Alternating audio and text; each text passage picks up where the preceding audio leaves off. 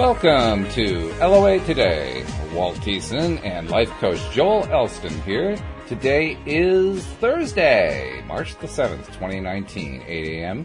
in New York. It's 5 a.m. in Los Angeles. It's 1 p.m. in London. In Sydney, Australia, it's at 12 midnight. But wherever you are in the world, thank you for joining us for another episode of LOA Today, your daily dose of happy. And I am really happy because Thursday morning means I get to talk with my friend Joel again. Hey, Joel, how you doing?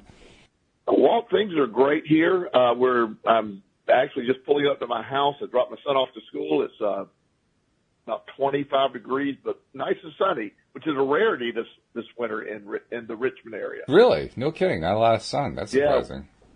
Yeah. No, it's odd. I've heard this random stat that I'll destroy in repeating it because I don't really remember it exactly. That's but all right.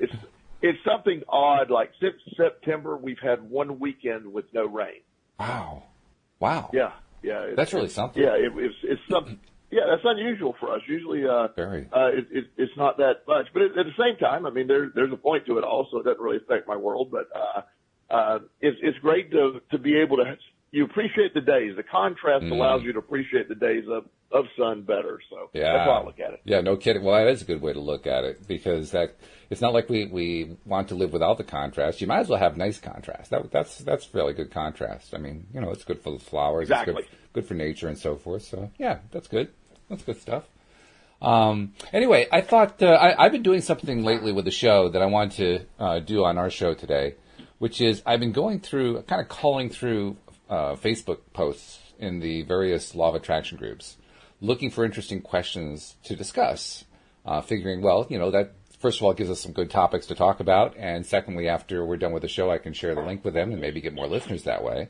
So it's kind of like a win-win either way I look at it.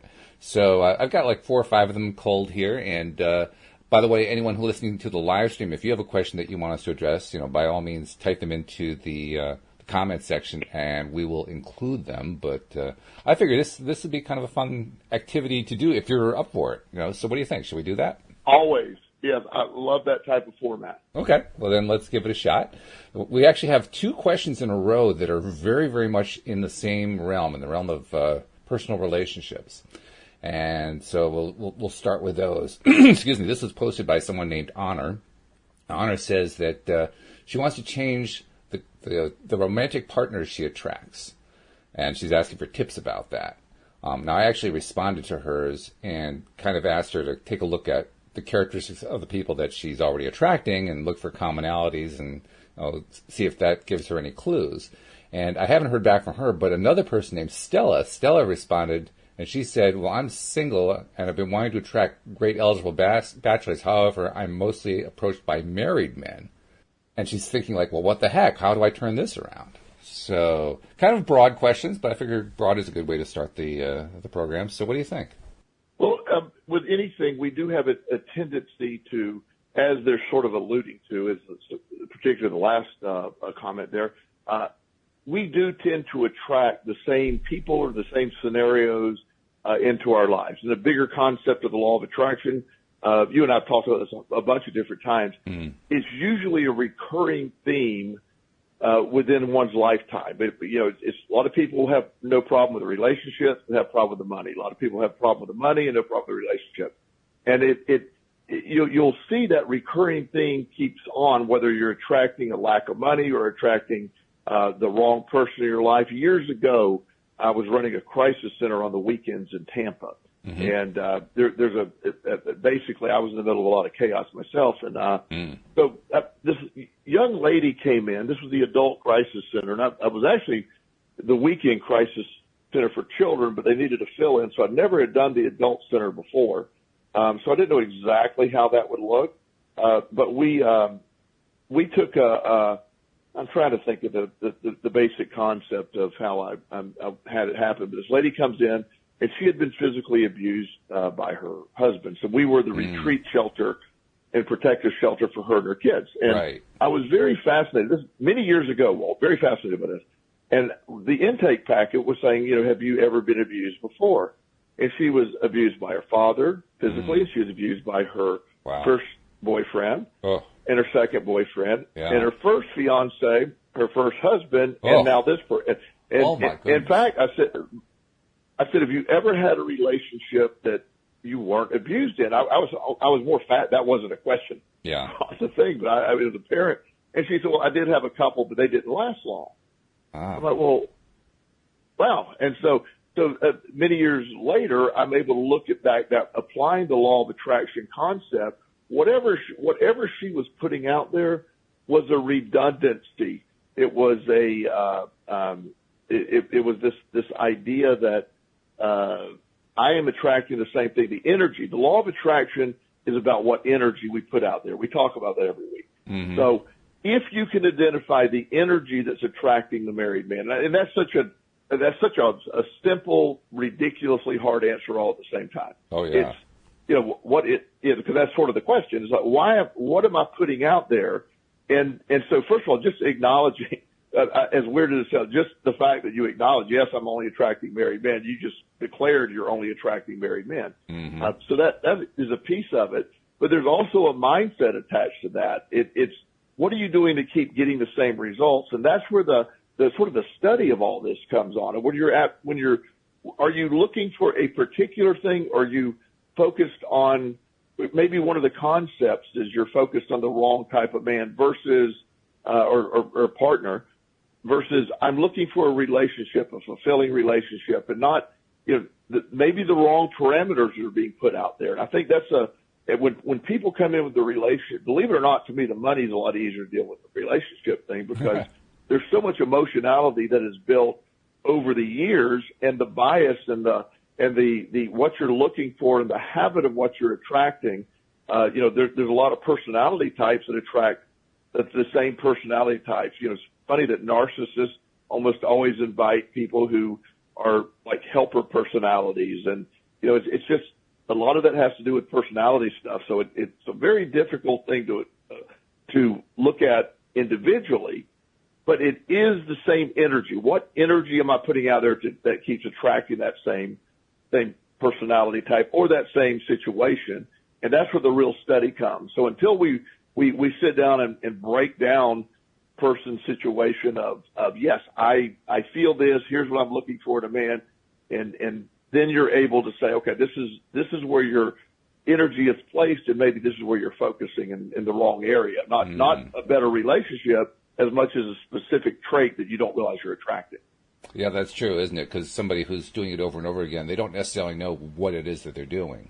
And so, that's confusing all by itself. And then on top of that, to be abused and treated so badly by so many people, it just wreaks havoc on you, I would imagine. I've never been through that myself, but I can only imagine what it's like. Right. Well, and you'll see in relationships, you'll see I've seen it in friends, I've seen it in me. The idea over the years, who I keep ending up with, or who I kept ending up with until I really got balanced in my life.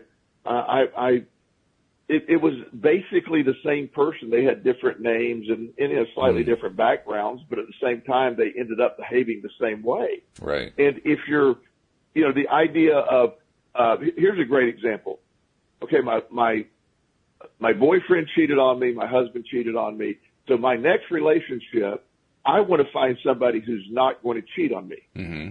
Well, right off the bat, right there, again, the law of attraction is all it's hearing is cheat on her, cheat on you. The fear of being cheated on is what you're attracting. Yeah. So most often you attract, again, with this probably consistent of every week we say this, the law of attraction has no emotion. Mm-hmm. There is no good or bad. Right. It just can only read what you're feeling.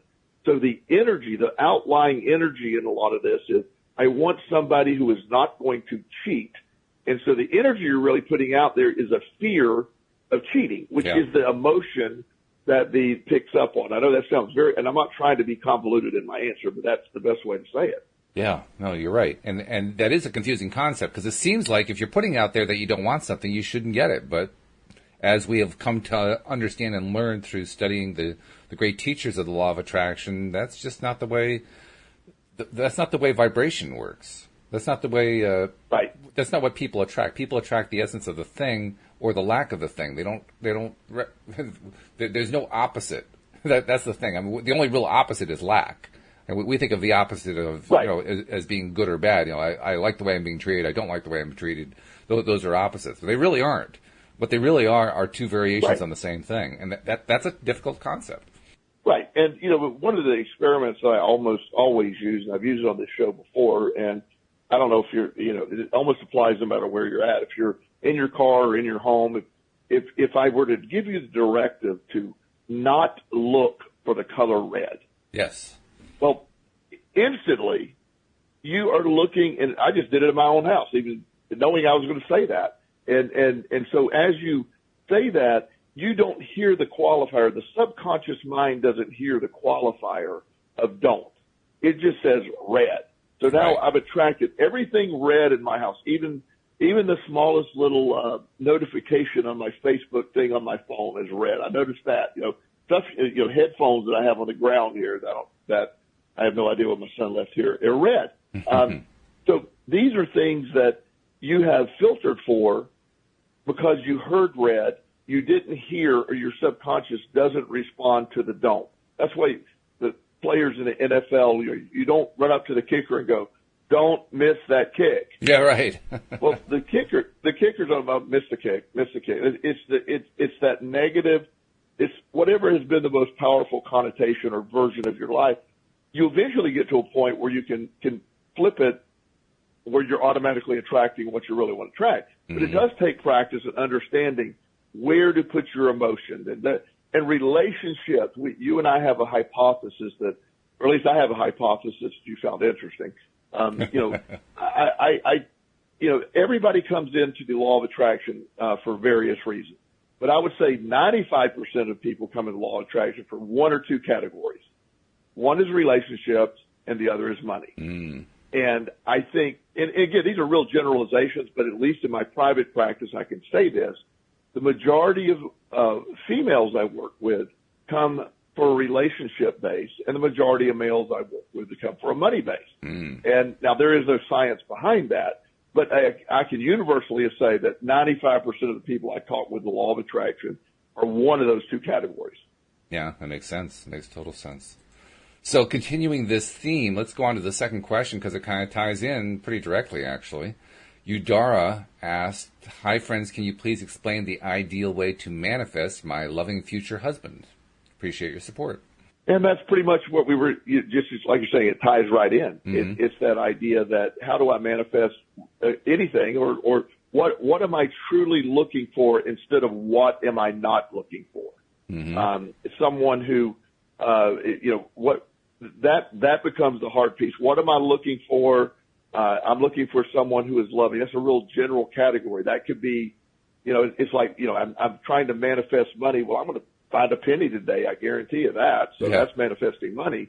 You got to get to more of it isn't just a fulfilling relationship, someone that you can relate, someone, the areas, the obvious stuff, the physical attraction, all that stuff is really important. But if you really want to try to feel what it's like to have a very in-depth conversation, I love to have very in-depth conversations with people about, whether it's relationships or just a real bonding.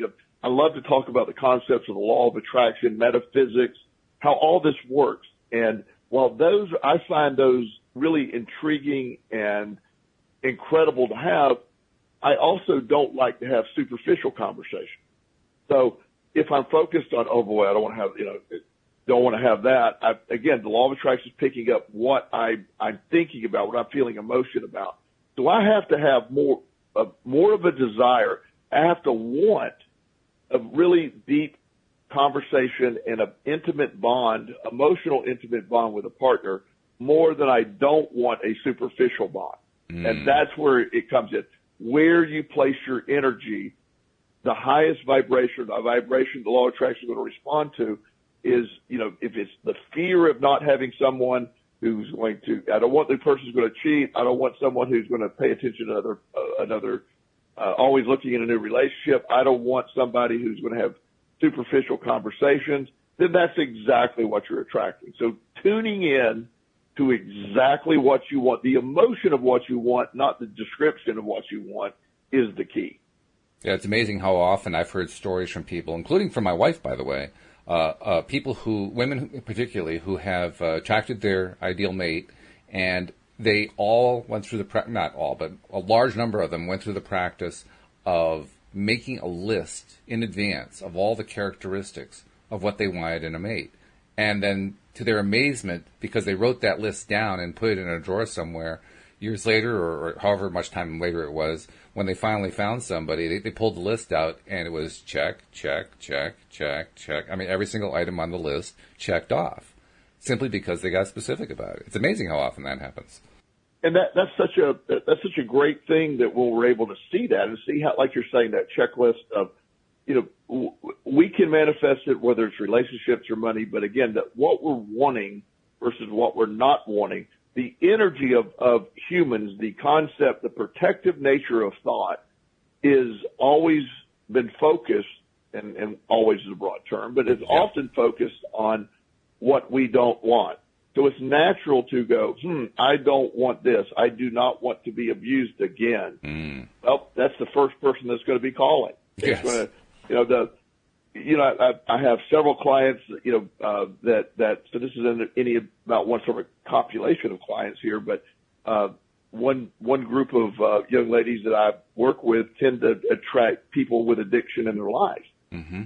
And whether it's the same, I've had the question, why have I attracted 4 heroin addicts in a row? And now they didn't know they were heroin addicts when they started dating, but it turns out they're heroin addicts. Well, there's an energy with that. When we break down, what happens when you find somebody who's not a heroin addict? And then we can find out, well, they're sort of, what are the qualities in a heroin addict that attracts you? Well, they're usually very fun in the beginning. They're very spontaneous. They're very, and they describe all these things, which from an outside source, wow, yeah, that would describe a heroin addict. From the positive side, yeah, they certainly are planning ahead. They certainly are doing their sole focus is just about feeling good. Well, that's great to be around in the beginning. You realize they have a debilitating addiction that more than likely will kill them if they don't address it. Mm-hmm. Then it turns into a much different thing. Yeah. But you got to look at that energy that you're attracting, and that list is very helpful. But also with that same list, you have to be so careful not to put on the list what you don't want, but what you do want, and then be able to feel the emotion attached to what you want with that. What does it feel like? It's like, I want when somebody says, well, I want to attract $1 million in my life, I go, what does $1 million feel like to you? Question I've asked myself on many occasions. Exactly. Yeah, exactly. Well, I mean, there's no emotion to attach to it, but you can attach to financial abundance versus the concept of a certain number. Yes, you would know what it's like to not have to. Yes, I love the fact that I don't care what the electric bill is. I can just write the check. I'm not worried about due dates. All that's a great feeling. That's the stuff to look at. But the other side of it is such a debilitating way I don't want to have to only have just enough money to cover the month. Well, you just put that out there. So same with the relationships. Yeah, that's it. We're in a relationship zone here, and the third question on the list is also in that same place. This is from Lisa, who asked, what's a good affirmation for when you want to correct the limiting belief of, quote, my dad left because I'm stupid, not valuable, and unlovable, unquote.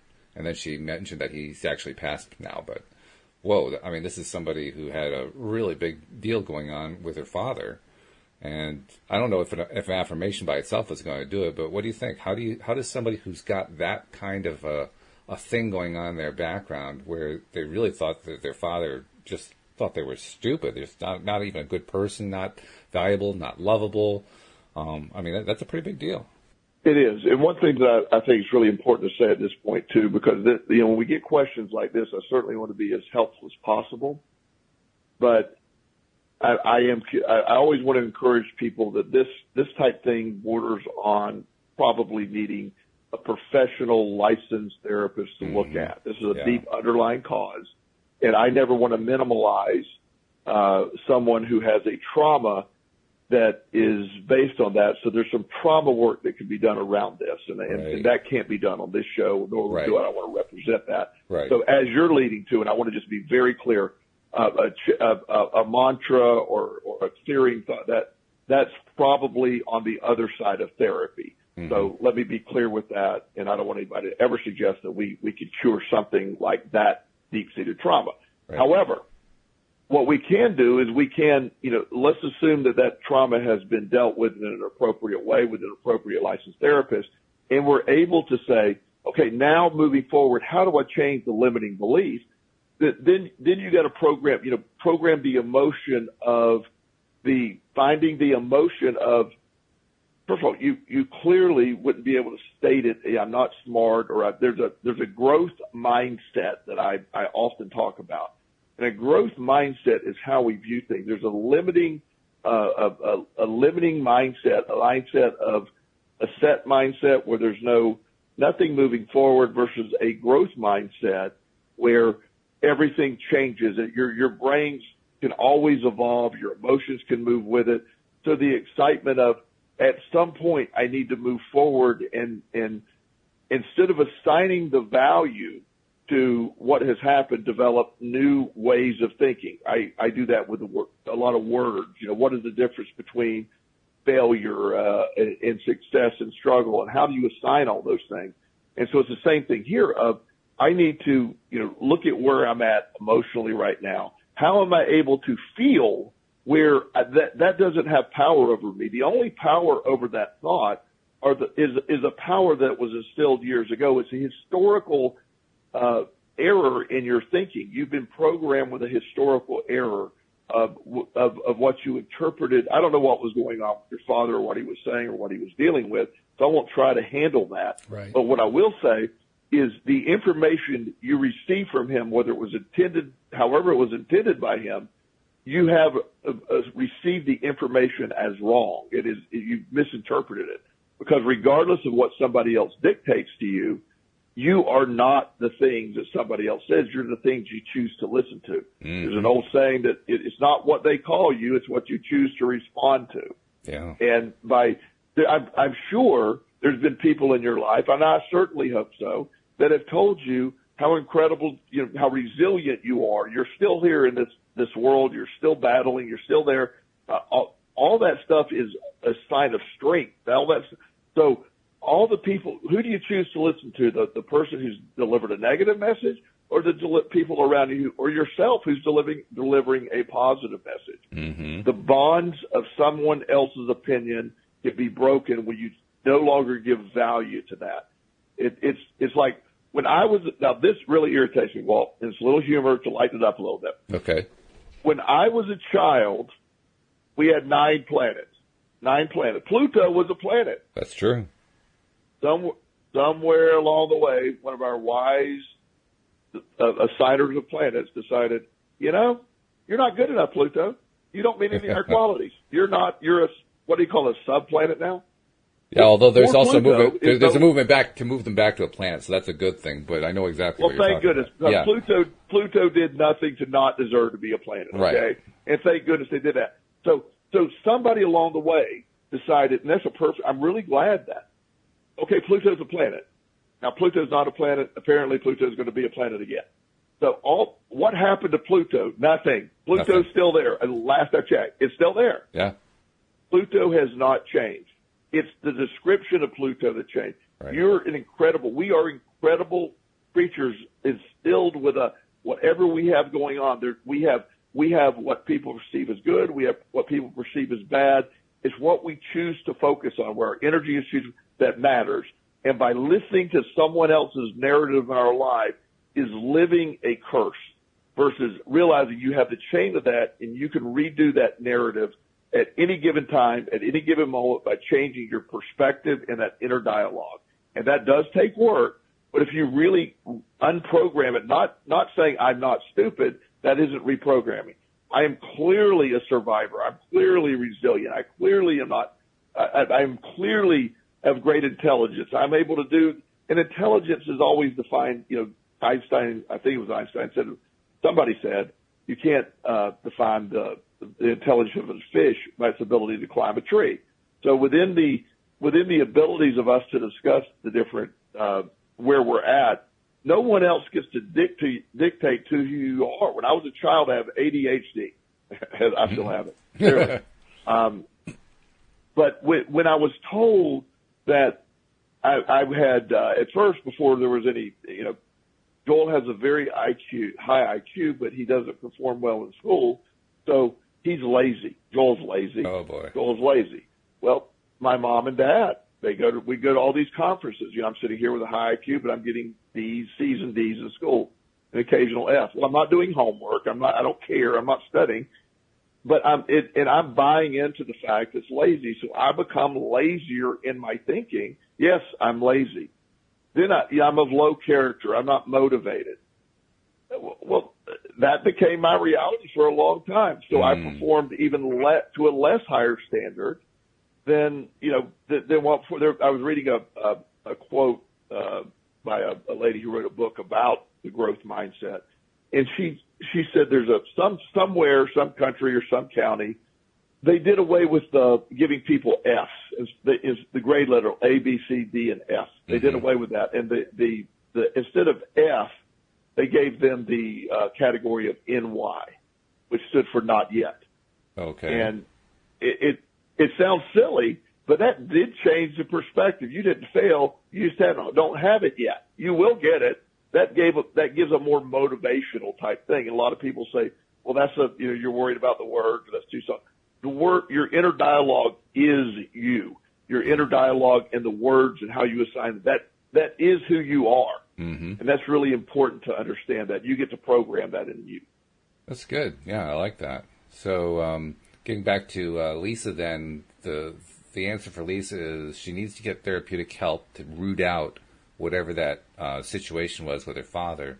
But then after she's successfully done that with a professional therapist, then the next step is, yes, she can do some things. And my impression is that it's not going to be hard for her to figure out at that point.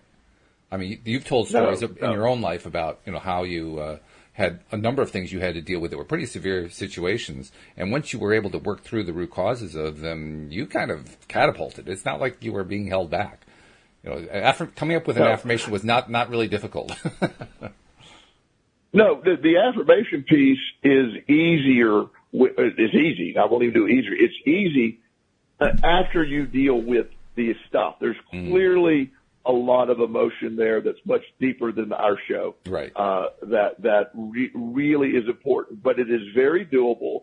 I have great respect for somebody on that journey, but I really encourage everyone who may be relating to the question, that you can't, until you fix the broken pieces inside, the law of attraction can it's still at work.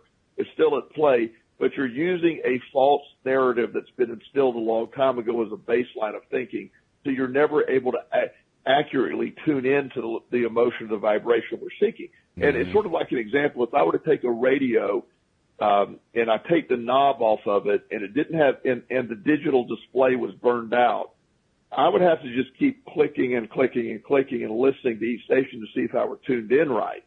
And I would not have enough information to tune in correctly because I don't have my precision dial in yet. Whereas I have, in my car, I can go to 92.7 or whatever I need to get to exactly. Mm-hmm. And so the law of attraction responds the same way.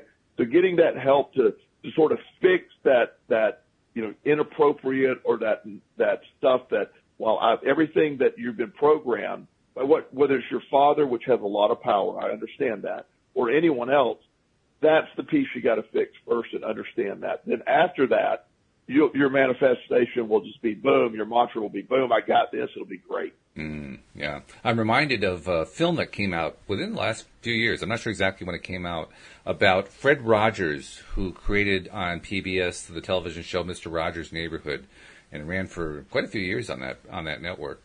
Rogers was really kind of a groundbreaker because he was one of the very first people to recognize and understand the specific, I don't want to say issues because that starts to sound like the abuse side, although that can be part of it too. The specific needs that kids have, the need to be recognized, the need to be loved, the need to understand that they're not inferior, they're just as special as everybody else. They're good people. They're worthy of love just the way they are. They don't have to change themselves into somebody else in order to be loved. That kids are just special just because of who they are. And that was a revolutionary message to be giving out at that time, particularly since that's not what most children's programming was all about.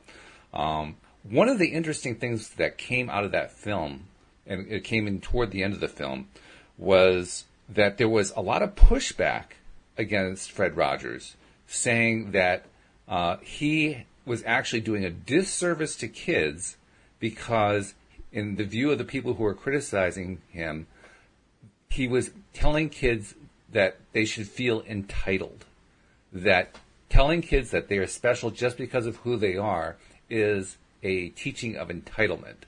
And I found that to be not only fascinating, but a little bit alarming, because I recognized that is, I wouldn't say it's a common belief in that the majority of people believe that. I don't think the majority of people believe that, but it's prevalent. There are a number of people who have that kind of a mindset. And I just wondered if you could kind of comment on that for a moment, from your perspective. What do you think about that? Well, and part of what I'm hoping that we can evolve to, and again, this is my individual perspective, there is a fine line. I do think that what happens is people mistake what you just said. There's learned resilience and there's learned helplessness. Mm. When you tell someone that, you're special and you're perfect as you are, that's a great message until it's perceived as, okay, well, it's not your fault. You didn't do this right, or you failed. Don't worry. Don't try again because you're perfect as you are. That's sometimes a message that's delivered.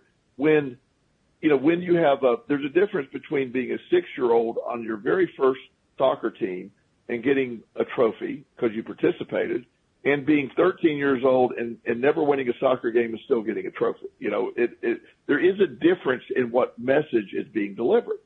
So the learned resilience model says you're absolutely perfect as you are, but being perfect means all of us will have challenges and make mistakes, and you will have a learned resilience by not giving up. You will make mistakes. You're still perfect. You're perfect as you are, but your growth will require struggle. There's also the message that's often delivered that you're perfect and you don't need to try. It isn't about changing who you are, but your effort and energy in life is about learning and struggle and moving forward. I have many of my clients, and I'll keep it really generic so I don't identify anyone that may be listening. Right. A lot of my clients are from upper middle class to very wealthy people, and they will often I have a phenomenon, and it's usually the male children. Usually they're superstar athletes in high school. They go to the best private schools.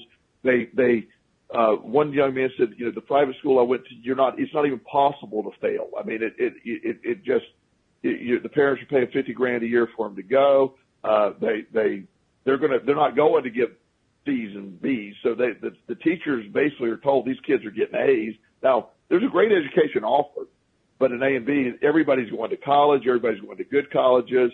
So they're not really challenged, and they're playing, they're doing all the stuff. So then they go to college real life where the professor is like, no, you didn't do this at all, or you didn't do it right, or you're wrong in your thinking. Mm-hmm.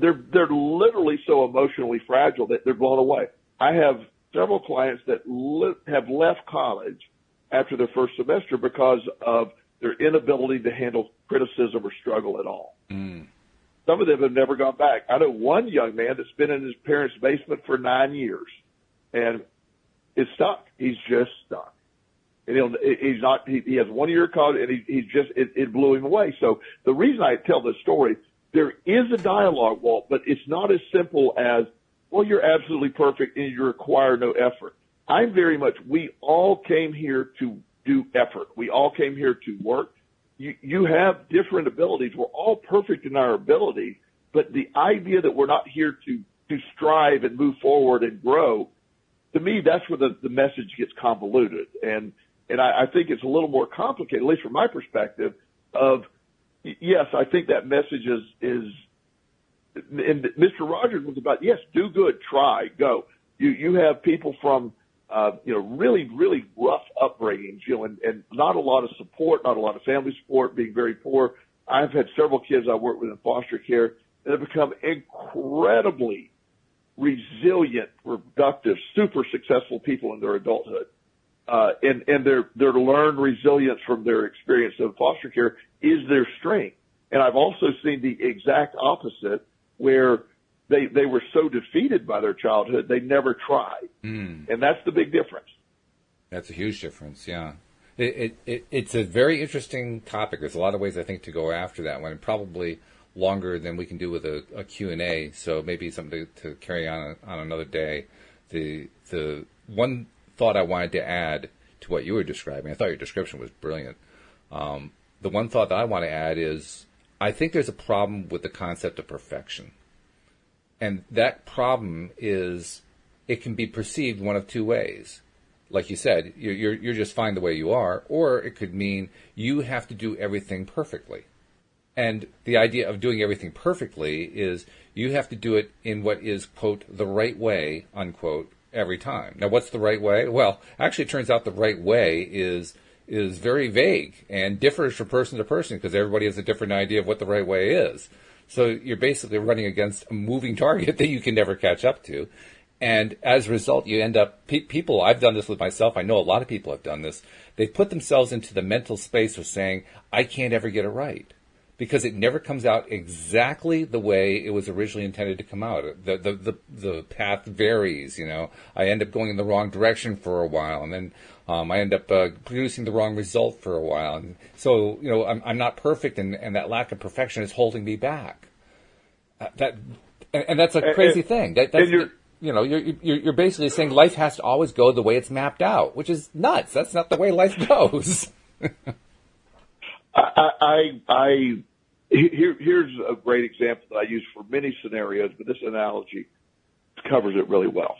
Walt, I want you to meet me tomorrow, and we're going to go watch a spring training game in Tampa, Florida, okay? Mm-hmm. And I have tickets at the Yankees spring training facility in Tampa. Okay. Meet me there tomorrow. Well, I don't care how you get there, Walt. Right. You can leave now and maybe make it driving. I doubt it, but maybe. You could hop on a plane, hop on a train. You could do whatever you and then say you decided to drive. You might have time to get there. You do have time to get there. Actually, I'm looking.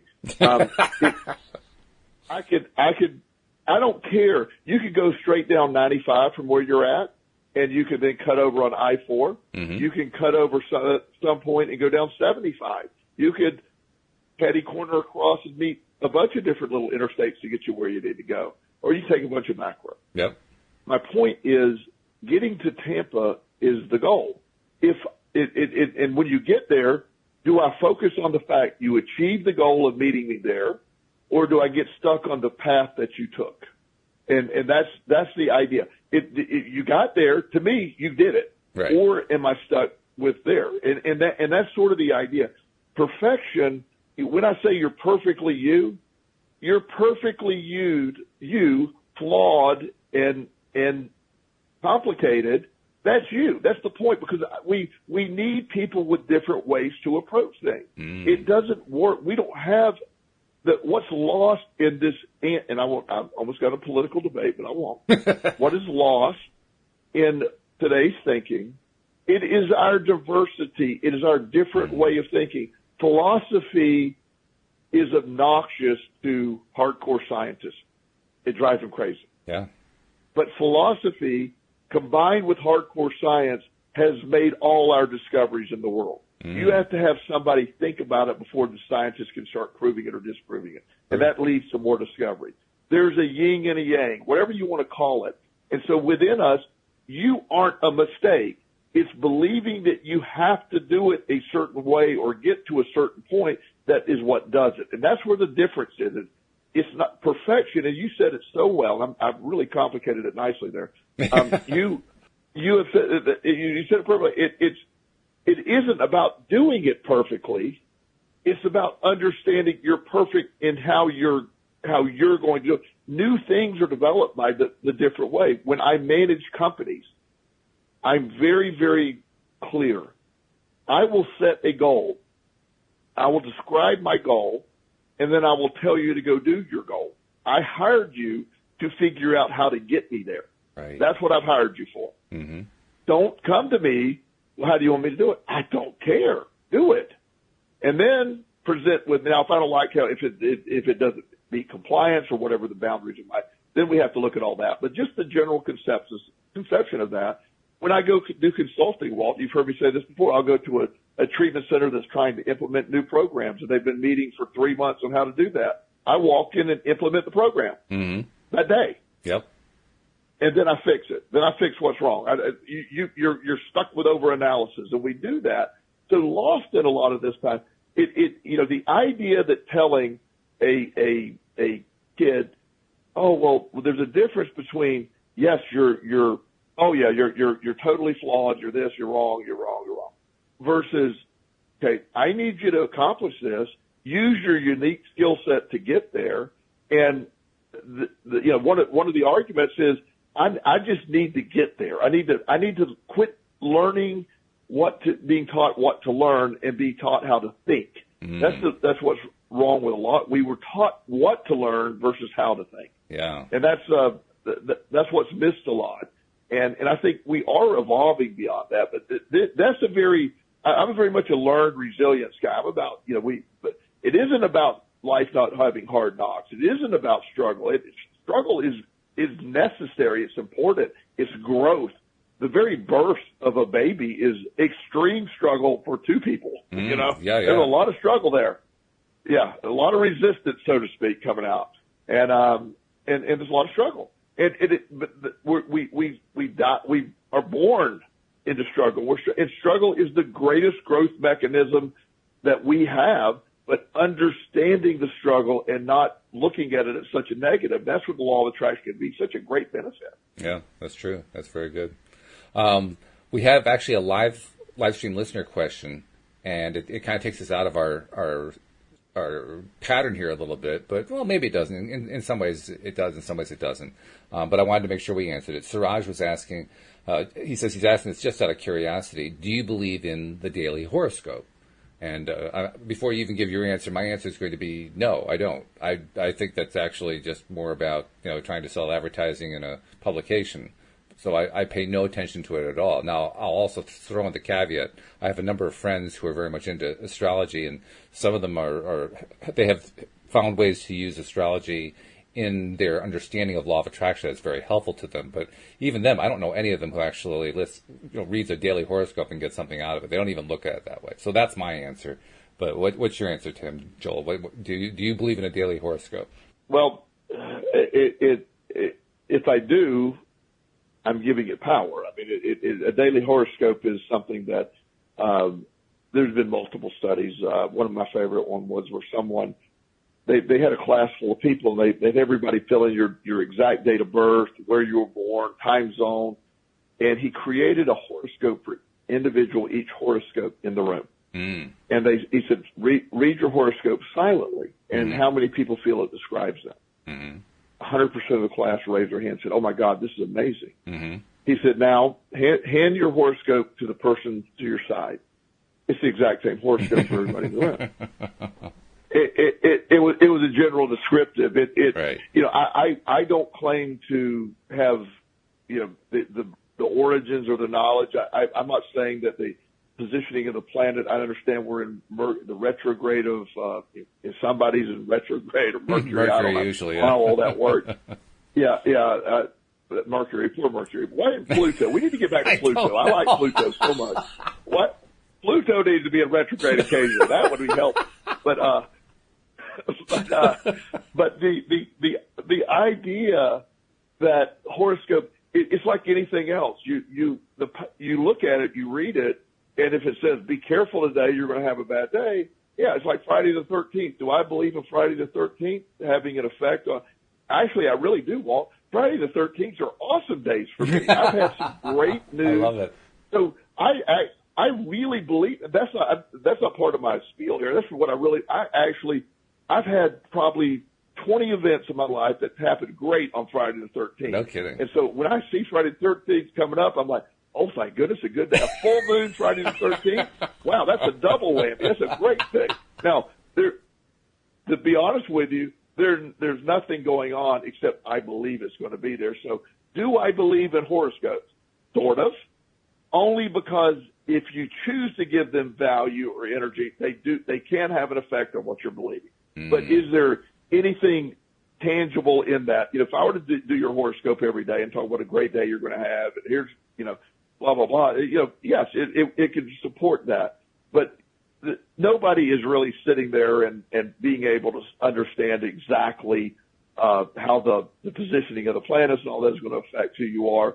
I do think that, you know, the position of the moon. I used to run group homes for kids a long time ago. I mean, we have a full moon. I don't know how to describe it, but there were different behaviors on the full moon, and they didn't even know it was going to be a full moon. So I don't know. I can't explain all of it, but horoscopes in general, they could be a fun thing to read, but at the same time, I see them having minimally a placebo type effect. If you really believe something bad is going to happen, yeah, okay, so it's a really good chance something bad's going to happen today. And so I've never been able to equate it, but I agree more with your statement and having respect for anyone else's opinion. That's not my area of expertise, but I've never placed any value on them. Yeah.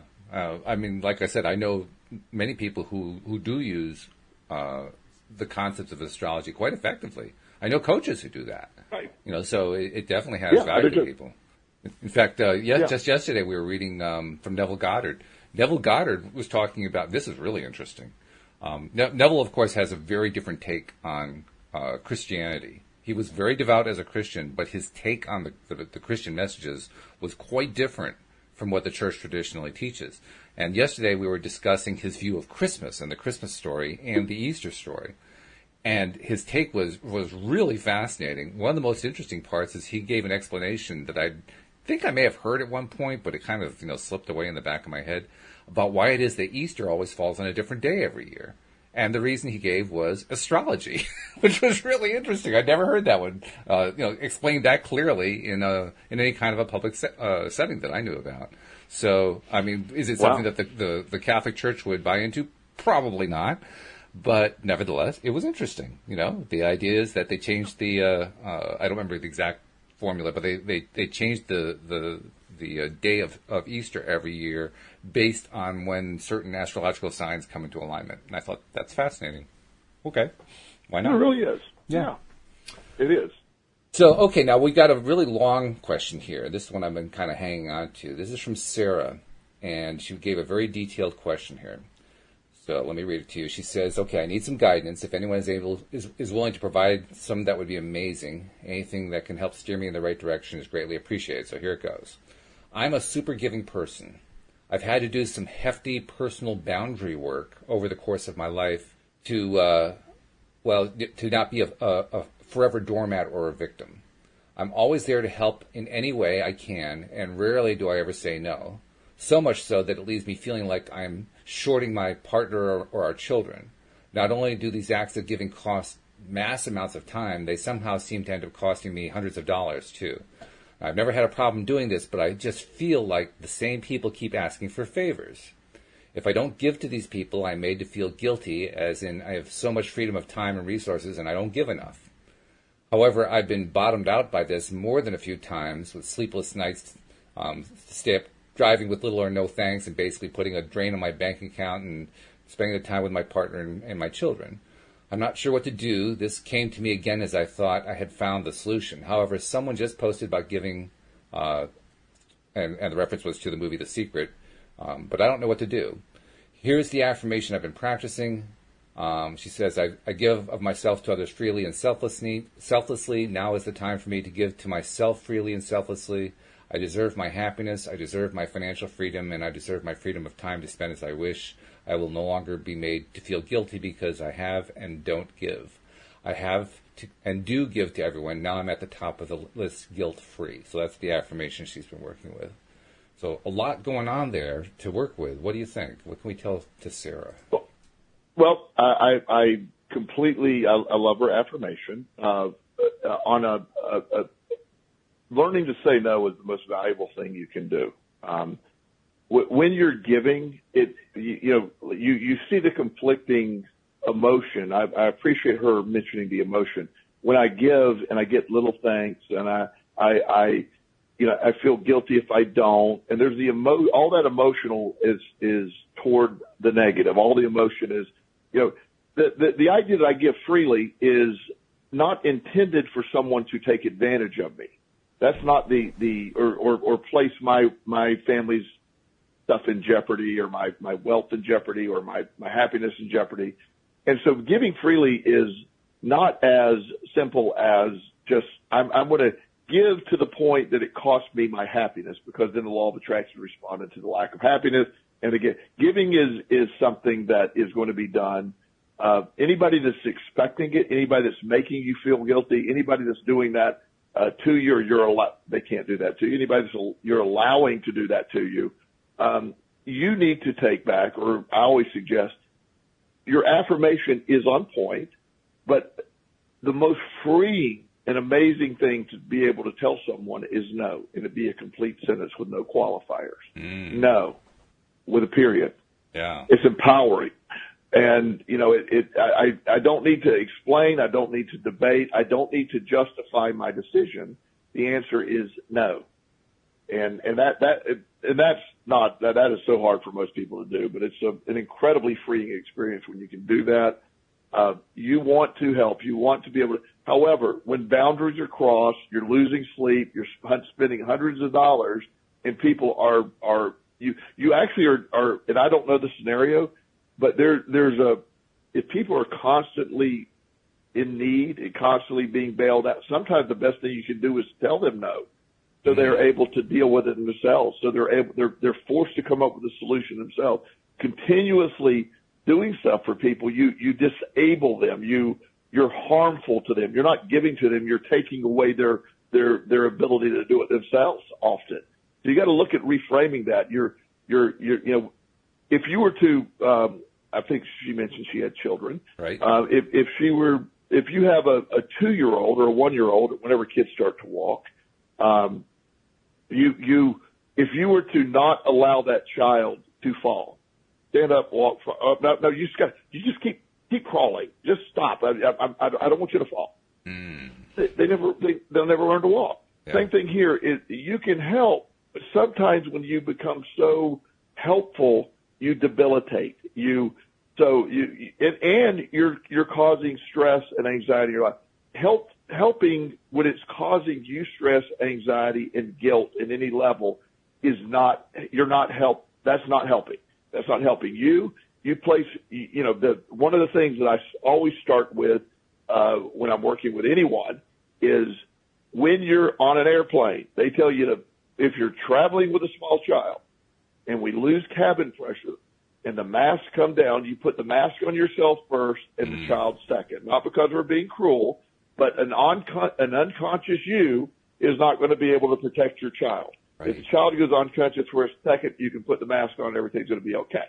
So really important to understand placing you and your family's needs first.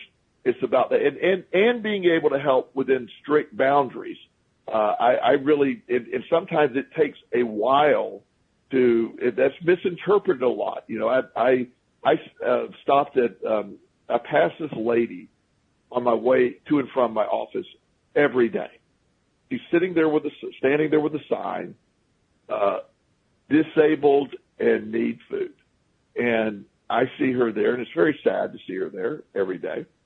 And so, I have in the beginning gave her some money. I didn't know her situation. But after 5 years of passing her every day, I'm going, okay, now let's see what's going on.